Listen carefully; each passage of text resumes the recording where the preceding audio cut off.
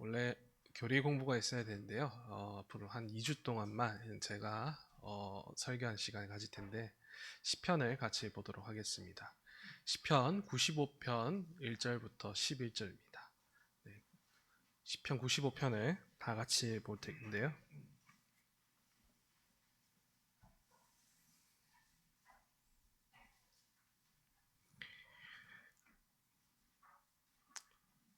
교독하시고 또 마지막 두 절을 같이 읽도록 하겠습니다.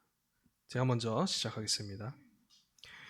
오라 우리가 여호와께 노래하며 우리 구원의 반석을 향하여 즐거이 외치자.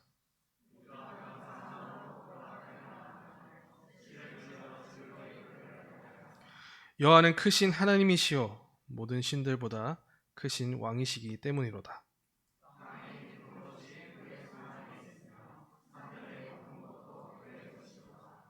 바다도 그의 것이라 그가 만드셨고 육지도 그의 손이 지으셨도다.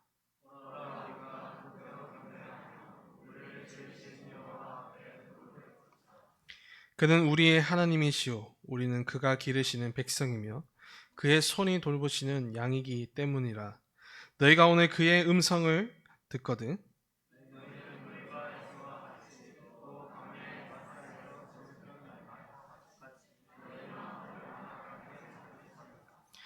그때 너희 조상들이 내가 행한 일을 보고서도 나를 시험하고 조사하였도다. 내가 40년 동안 그 세대로 말미암아 근심하여 이르기를 그들은 마음이 미혹된 백성이라 내 길을 알지 못한다 하였도다. 그러므로 내가 노하여 맹세하기를 그들은 내 안식에 들어오지 못하리라 하였도다. 아멘.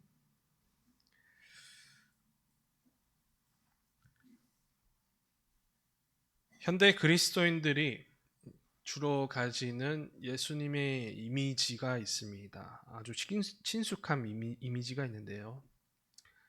친구 같고 또 동반자 같은 위로자의 이미지가 강합니다. 문제는 오히려 이 모습만을 우리가 고백하고 또 그것을 알아간다고 한다면 예수님에 대한 올바른 묵상을 놓치게 됩니다. 바른 예배가 쉽지가 않습니다. 앞으로 우리는 그동안 놓치고 있었던 예수님의 그 한 모습을 꺼내어 보려고 합니다. 바로 그분의 왕 되심입니다.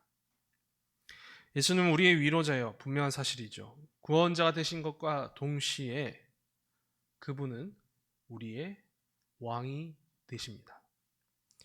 큰 위엄을 나타내시고 큰 능력을 행하시는 왕이십니다.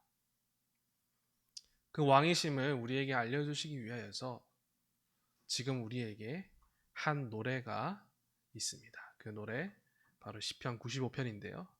이 95편을 차근차근 우리가 함께 살펴보도록 하겠습니다. 아시다시피 시편은 총 5권으로 구성되어 있습니다. 각 권마다 분명한 주제가 나타나는데요. 시편 95편이 속한 4권은 하나님의 왕되심이라는 주제로 묶여 있습니다. 그 왕되심, 그분의 통치에 관한 내용이 그런 것들에 대한 노래가 적혀 있는 게 이 4권 전체적인 주제이고 그 속에 시편 95편이 있는 것이죠. 95편의 시작은 크고 웅장합니다. 한번 그 웅장한 장면의 1절과 2절에 나타나 있는데요. 같이 읽어보도록 하겠습니다. 오라 우리가 여호와께 노래하며 우리의 구원의 반석을 향하여 즐거이 외치자. 우리가 감사함으로 그 앞에 나아가며 시를 지어 즐거이 그를 노래하자. 아멘. 자, 1절과 2절 제가 분명히 크고 웅장하게 시작한다라고 말씀드렸는데요. 읽어보니까 그 감동이 조금 안 오시죠. 그 감동을 제가 조금 더 들어갈 수 있도록 도와드리려고 합니다. 1절에 이 나타난 동사가 있습니다. 즐거이 외치자. 이 외치자 동사는 원문에 가깝게 풀이하자면 아주 큰 소리로 외치는 것을 뜻합니다. 정말 이 땅이 울릴 정도로 큰 소리로 외치는 거죠. 2절에 즐거이 노래하자라는 말도 이와 비슷한 맥락인데요. 전쟁의 외침이나 큰 소리의 외침을 의미합니다. 그래서 1절과 2절에 나타나는 동사가 같은 의미로서 통하고 있는데요. 종합하자면 95편의 시작은 진짜 마치 큰 전투에서 승리를 경험한 그 병사들과 왕이 이렇게 즐거워 외치는 모습을 연상케 합니다. 그래서 그 병사들이 이 우리를 승리케 한 그 왕을 향해서 와 왕이시여 이렇게 말하는 장면이죠. 반지의 제왕이라는 영화 혹시 아십니까? 저 그 영화를 너무 좋아하는데요. 너무 좋아해서 이번 휴가 때 다시 돌려봤습니다. 그 전투에서 치열한 전투에서 이기고 나면 그 승리한 병사들이 모여서 외치는 장면들이 나타나는데요. 그 영화의 장면처럼 이 1절과 2절은 그런 장면이 연출되고 있는 겁니다. 시편 기자는 그만큼 사람들에게 우리의 왕 대신 하나님께 있는 힘을 다하여서 우리가 그분을 노래하자, 그분을 외치자라고 초청하고 있습니다. 땅이 울릴 정도의 아주 큰 목소리, 여호와가 우리의 구원의 반석이니 우리 함께 감사하고 우리 함께 시를 지어서 찬양을 올려드리자라고 이렇게 외치고 있죠. 이 격렬한 찬양은 오직 구원의 반석이신 여호와께만 향하고 있습니다. 여호와께서 이스라엘 향해 늘 구원을 베푸셨고 애굽의 핍박으로부터 그리고 가나안 이방인 민족들의 공격으로부터 이외에도 수많은 적들로부터 건져내셨죠.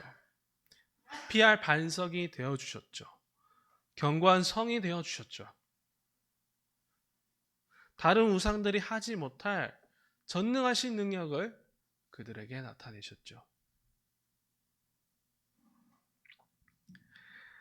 그래서 시편 기자는 말합니다. 그 하나님께 우리의 노래를 올려드리자.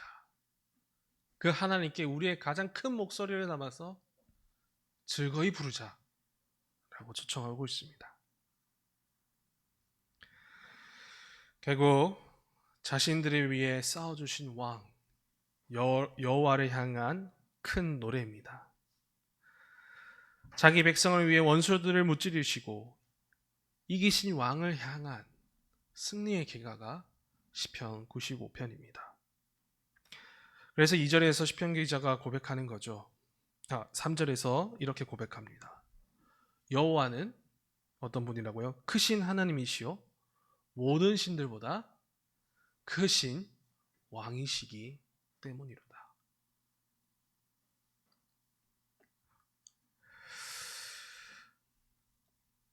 그분은 크신 하나님이시요 크신 왕이시요 그렇게 우리 구원의 반석이 되셨으니 여기 모인 모든 이스라엘이요 우리 함께 그분을 향해 즐거이 외치자.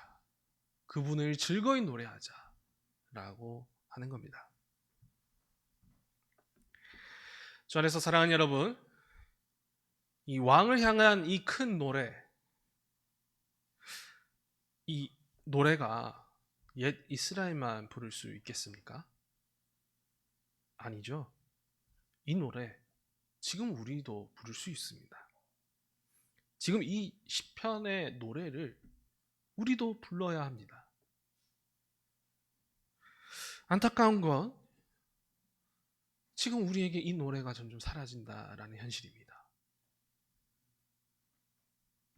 우리의 고백 속에 우리의 왕 대신 주님 앞에 주님을 향한 그 노래가 계속 울리고 있습니까?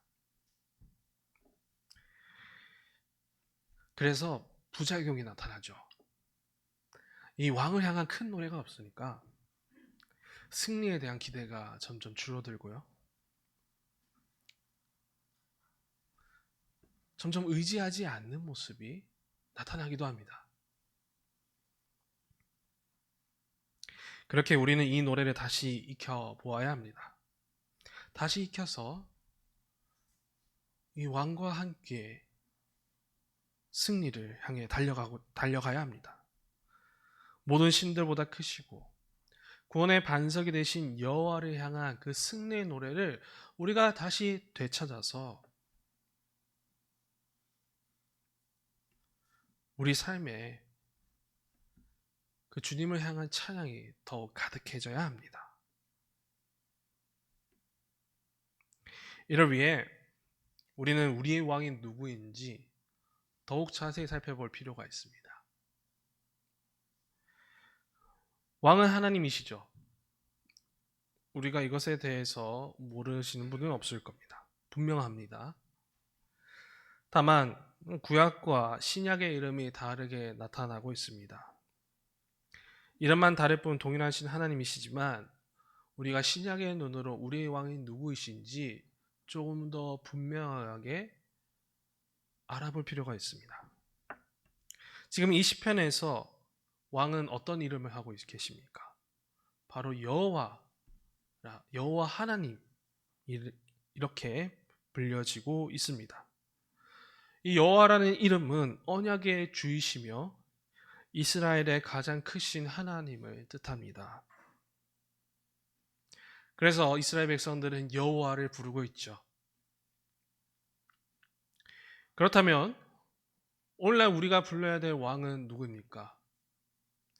바로 신약의 왕이신 하나님, 신약의 여호와, 새 언약의 주요 그리고 구원자요, 교회와 하나님 나라의 머리이신 하나님의 아들 주 예수 그리스도이십니다. 비록 구약과는 다른 이름이지만 동일하신 하나님이십니다. 더욱 선명해진 이름입니다. 지금 우리의 왕은 오직 한 분, 하나님의 아들 우리 주 예수 그리스도이십니다. 예수 그리스도께서 지금 우리를 다스리시는 유일한 왕이십니다. 주님께서는 지금 아버지의 보좌 우편에 앉아 교회의 머리요 하나님 나라를 다스리는 왕으로 계십니다. 이를 증거하는 본문이 있는데요. 베드로전서 3장 22절입니다. 한번 같이 읽어보겠습니다. 그는 하늘에 오르사 하나님 우편에 계시니 천사들과 권세들과 능력들이 그에게 복종하느니라. 아멘. 부활하신 주님은 하늘로 승천하셨습니다. 그리고 지금 어디에 앉아 계십니까? 아버지의 보좌 우편에 앉아 계시죠. 보좌 우편에 앉아 계신다는 말은 성부 하나님이시요 하나님 아버지로부터 만물에 대한 모든 주권과 권세를 받으신 것을 의미합니다. 아버지는 자신의 통치권을 아들에게 주었습니다. 그 아들 예수님이 이 통치권을 받아서 모든 만물을 자기 발 아래 두시고 자기에게 복종하도록 다스리고 계시죠. 그런데 성도 여러분, 여기서 조금 궁금증이 생길 수 있습니다. 왜 성부는 성자에게 통치권을 주어 왕이 되셨는가 말입니다. 그 이유도 우리 말씀 속에 나타나고 있는데요. 그냥 이유가 아니라 이 이유는 참 우리에게 은혜가 되는 이유입니다. 다시 좀 성경을 펴서 요한복음 17장 2절로 가도록 하겠습니다.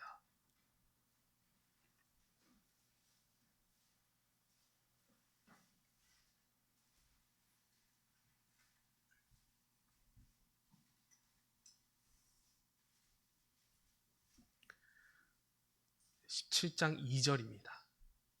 네. 같이 읽겠습니다. 아버지께서 아들에게 주신 모든 사람에게 영생을 주게 하시려고 만민을 다스리는 권세를 아들에게 주셨음이로소이다. 아멘. 이유가 무엇입니까? 바로 성자 안에서 택하신 백성들에게 영생, 곧 구원을 주시려고 성부는 성자에게 만민을 다스릴 권세를 주셨습니다. 다른 이유가 아닙니다. 성자가 탐이 나서 받은 것도 아니요, 오로지 거룩한 뜻과 우리 구원을 위함입니다. 택함을 받은 그 사랑하는 백성들을 죄에서 구원하여서 죄와 사망의 나라가 아니라 거룩한 나라로 옮기시기 위하여, 그리고 그 나라로 옮기셔서 거룩한 백성들로 온전히 완성시키기 위하여서 우리 주 예수 그리스도는 하나님 아버지로부터 모든 권세를 받아 왕이 되셨습니다. 그분이 지금 우리의 왕이 되어 주셨습니다. 그래서 우리의 왕은 쉬지 않고 일하고 계십니다.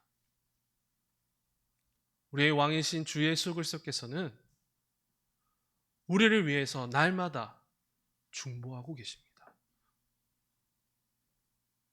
죄와 사망으로부터 우리를 건지시기 위해 싸우시고 또한 이기셨습니다. 직접 십자가에 달려 죽기까지 우리 구원을 위해 가장 낮아지시기까지도 하셨습니다.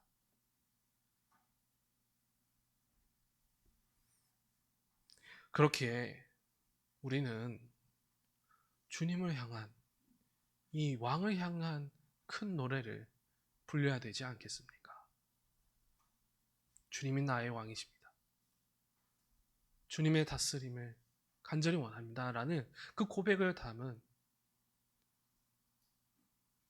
그 시편이 우리 삶에도 넘쳐야 되지 않겠습니까? 하지만 혹 우린 다른 왕을 찾아 그 왕에게 들려야 할 노래를 빼앗기고 전혀 다른 노래를 부르고 있지 않은지 잘 돌아봐야 합니다. 우리 주 예수 그리스도보다 다른 큰 왕을 찾고 계시지 않습니까, 혹시?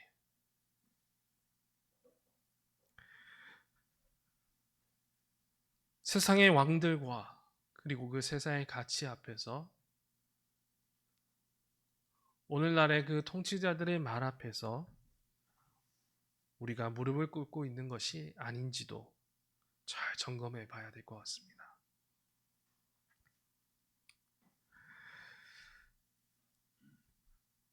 우리 구원을 위해 가장 높은 곳에서 계시지만 가장 낮은 곳까지 오셔서 일하신 주님, 그리고 쉬지 않고 여전히 우리를 중보하고 계시는 그 살아계신 왕을 위하여서 우리는 그 노래를 불러야 되지만, 우리가 그 노래를 계속 잊혀져 간다라고 한다면 분명 돌이켜야 될 부분인 것 같습니다. 이를 위해서 우리 한 가지 더 살펴보려고 합니다. 우리 구원을 위해 가장 높고 크신 능력을 행하신 그 왕을 더 확인해 보고자 합니다. 우리 주 예수 그리스도께서 얼마나 비교할 수 없는, 세상과도 전혀 비교될 수 없는 그 큰 능력으로 우리를 중보하고 계시고 다스리고 계심을 우리는 이 노래를 통해서 더욱 확인해 봐야 될 것 같습니다. 우리 이를 위해 우리 4절과 5절을 다시 한번 더 읽어보도록 하겠습니다. 4절과 5절입니다. 시작. 땅의 깊은 곳이 그의 손 안에 있으며 산들의 높은 곳도 그의 것이로다. 바다도 그의 것이라. 그가 만드셨고 육지도 그의 손이 지으셨도다. 우리의 왕, 아주 큰 능력을 가지고 계십니다. 만물의 주인이십니다. 이 모든 것을 만드신 그 능력의 창조주이십니다. 땅의 깊은 곳까지 그의 주권이 다다르고 그의 손 안에서 벗어나는 것이 아무것도 없습니다. 모든 것이 그의 손 안에 있습니다. 또 산들의 높은 것들까지도 다 자신의 것입니다. 모든 육지까지도 그의 것이며 모든 것이 그 왕의 의지대로 움직일 것입니다. 심지어 그 어떤 왕도 해내지 못한 바다를 통치하시는 분이십니다. 바다가 그분의 것이죠. 성경에서 바다에 대한 여러 의미가 있는데요. 그 중에 바다는 혼돈을 상징합니다. 바다는 그 누구에 의해서 전복되지 않는 피조 영역 가운데 있습니다. 세상의 어떤 왕들도 바다를 이기지 못했습니다. 그 어떤 뛰어난 뱃사람도 바다를 다룰 수가 없습니다. 심지어 지금 기술이 발전한 오늘날 시대에도 우린 여전히 바다를 이기지 못합니다. 거센 파도가 몰아치고 변화무쌍한 비바람이 부는 바다는 혼돈 그 자체이고 그 누구도 다룰 수 없는 거센 존재죠. 그런데 그 혼돈과 그 거센 바다를 잠잠케 하시는 분이 딱 한 분 계시죠. 누구이십니까?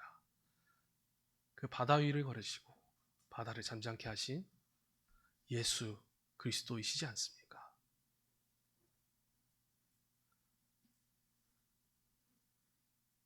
그리스도께서 유일하게 바다를 이기시고 다스릴 만큼 왕이 가지신 그 능력은 너무나도 크고 헤아릴 수가 없습니다.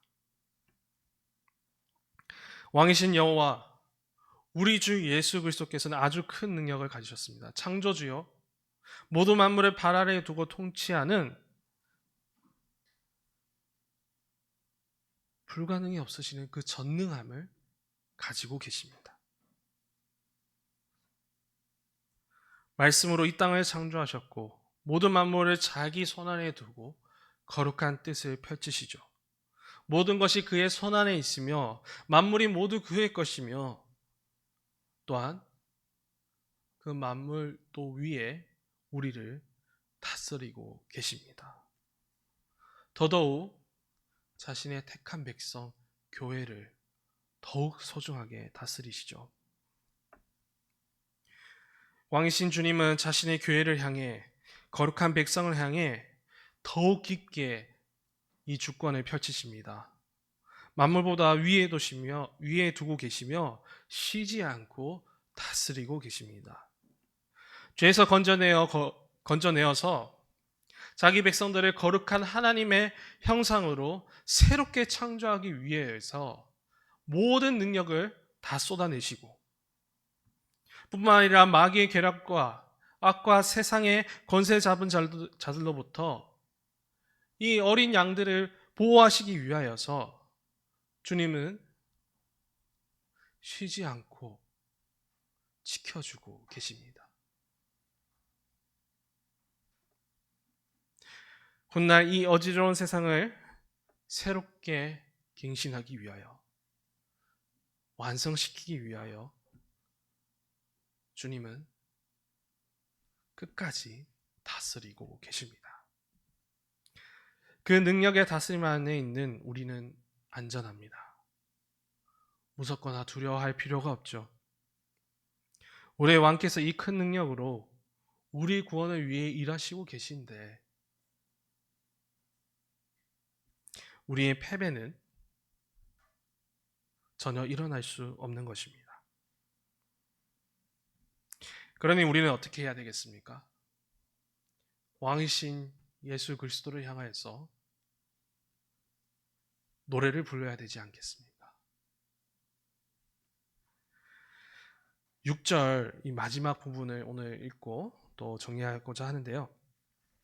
이 6절의 반응이 우리의 반응이 되었으면 좋겠습니다. 같이 읽겠습니다. 오라 우리가 굽혀 경배하며 우리를 지으신 여호와 앞에 무릎을 꿇자.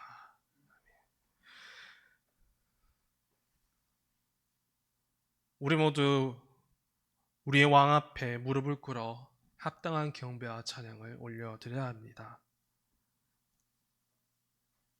잊혀져 가고 있는 이 왕의 노래를 다시 불러야 합니다. 왕의 이름을 높이며 왕에 대한 확실한 믿음을 더욱 이 노래를 통해 고백해야 합니다. 이를 통해서 우리의 왕 주 예수 그리스도 앞에 무릎을 꿇어 의지하는 백성으로 자라나게 될 것이고, 우리를 새롭게 만드실 새 창조자여 구원자이신 그 주님께 우리의 모든 것을 맡겨드리며 우리의 주어진 길을 더욱 담대하게 걸어갈 수 있을 겁니다. 왕을 향한 큰 노래를 우린 다시 크게 외치고 불러야 합니다. 비록 지금 우리의 현실 가운데 우리 주님의 왕되심이 나타나지 않아서 크게 실망해서 이 노래를 안 부를 수도 있을 겁니다. 하지만 기억하십시오. 당장 눈에 보이지 않더라도 우리 왕의 통치는 쉬지 않고 여전히 일하고 계십니다. 영원토록 우리 구원의 반석으로서 계십니다. 이 때문에 우리는 그 실패의 순간 속에 또한 좌절의 시간 속에 어둠이 가득한 그 때에 이 노래를 더욱 불러야 합니다. 이 노래는 승리의 때만 부르는 게 아니라 그때에 더 불러지기 위하여서 우리에게 전해져 왔기 때문입니다. 승리자에게 주어진 노래가 아니라 소망과 위로를 품는 모든 성도들에게 허락된 왕의 노래입니다. 따라서 우리 왕 주 예수 그리스도를 향하여서 언제든, 특별히 그 어두운 터널을 지나가고 계실 때 더욱 이 노래를 부르시길 소망합니다. 그때 분명 왕의 통치가 더욱 선명하게 보이게 될 것이고 우리의 안전은 더욱 견고해질 것입니다. 만물을 다스리시는데 그 만물 위에 또한 교회를 다스리시는 우리의 왕 주 예수 그리스도, 그분을 더욱 믿음으로 보게 될 것을 믿어 의심치 않습니다. 다시 일어나게 될 것을 이 노래를 통해 우린 분명히 확신하게 될 것입니다.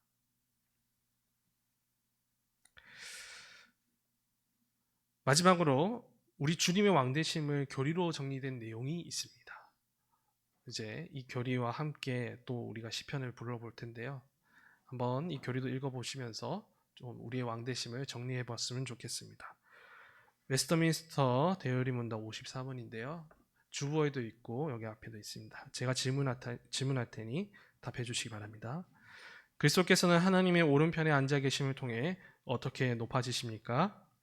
그리스도께서는